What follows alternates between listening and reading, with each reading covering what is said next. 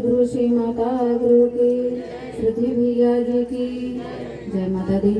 सर्वप्रथम मैं अपने आप को माता शक्ति जगत जननी जगदम्बा महामाया मैं परम पूज्य गुरु श्री माता श्री सदैव भैया जी के चरणों में समर्पित होते हुए आप उपस्थित सभी माँ भक्तों को जय माता दी करती हूँ।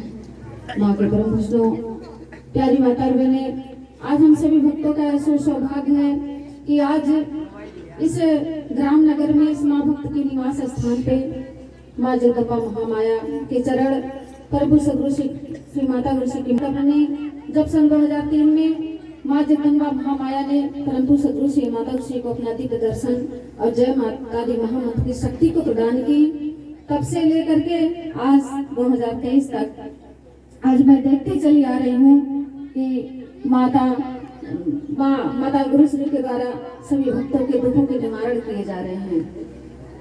सबके जो कुछ भी समस्याएं हैं जीवन में, कुछ उलझन है, परेशानियां हैं, अधूरे भूरे कार्य में, सबको माता जी द्वारा सुना जाता है।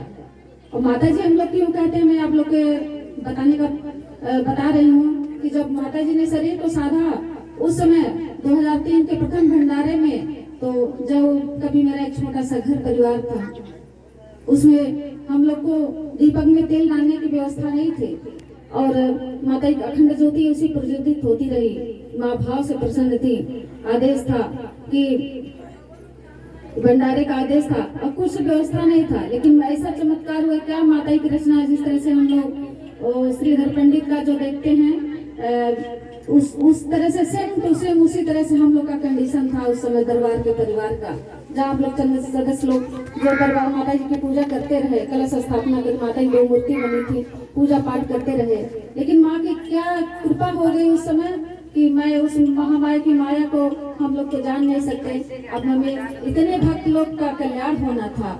आज उस समय जब माँ जगदम्बा मध्य रात्रि में जब पूजन हो रहा था तो माता गुरु जी के शरीर पे आगमन हो गया, माँ जगदम्बा का आगमन हो गया तो हम लोग डर गए। बहुत देरी तक शरीर एकदम मूर्छित था। हम लोग कहीं क्या हो गया, रोने लगे हम लोग, क्या हो गया, ये क्या होगा माता जी।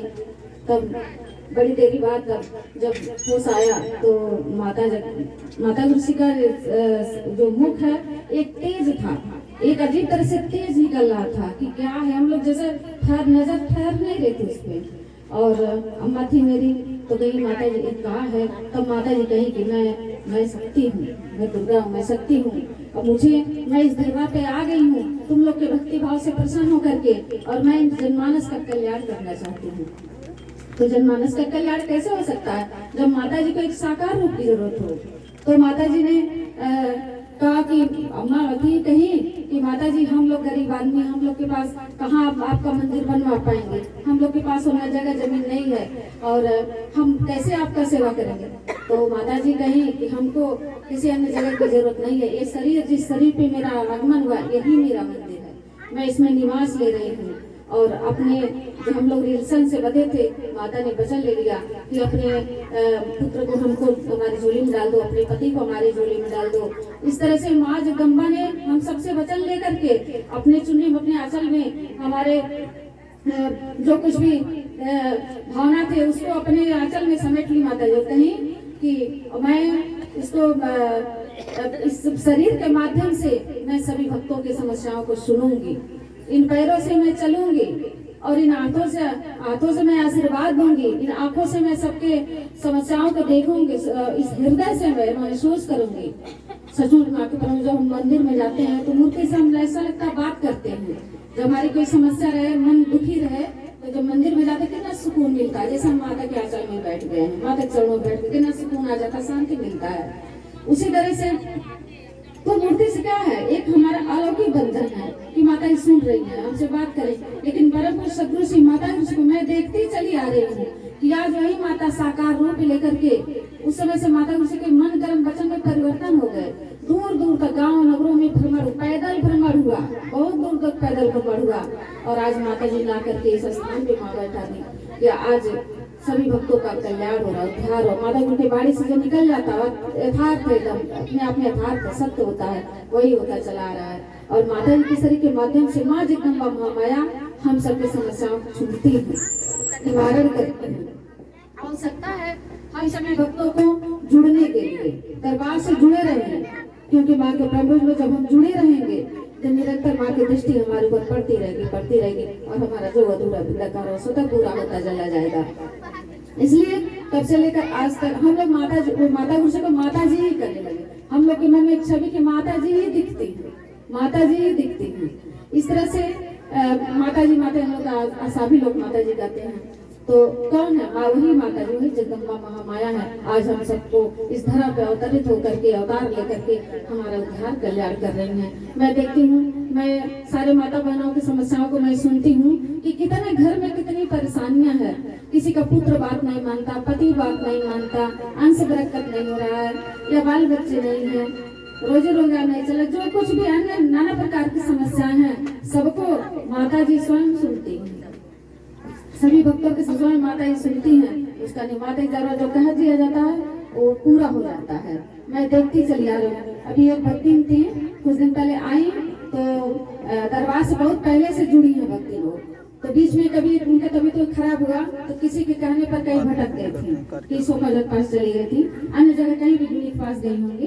तो वो आ गई तो वो बता दिए सब लोग कि मैं ज्यादा दिन से दरबार मैंने ज्यादा दूरी हो गया था। तो कोई बताए वो गुनी सोफा बता दी थी।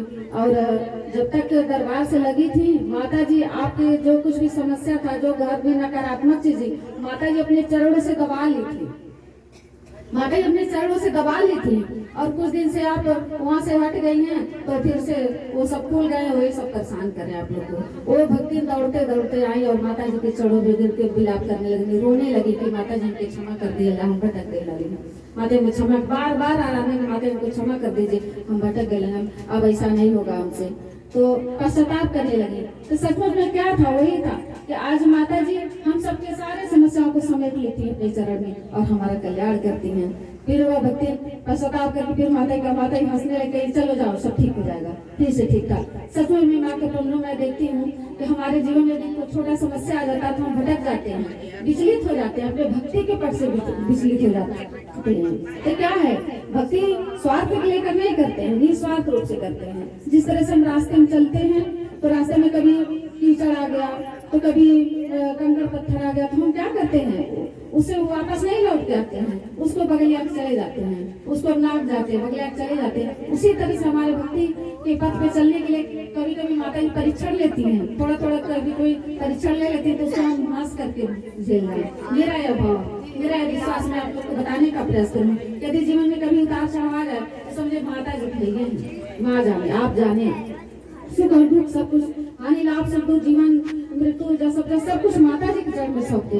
तो सचमुच में माता जी कब रावण में फूल बिछा देंगे, काटे फूल में तब्दील हो जाएंगे, हमको एहसास नहीं होगा। इसलिए माँ के प्रति मेरे कहने का अभाव है कि हम लोग कहीं भटके नहीं।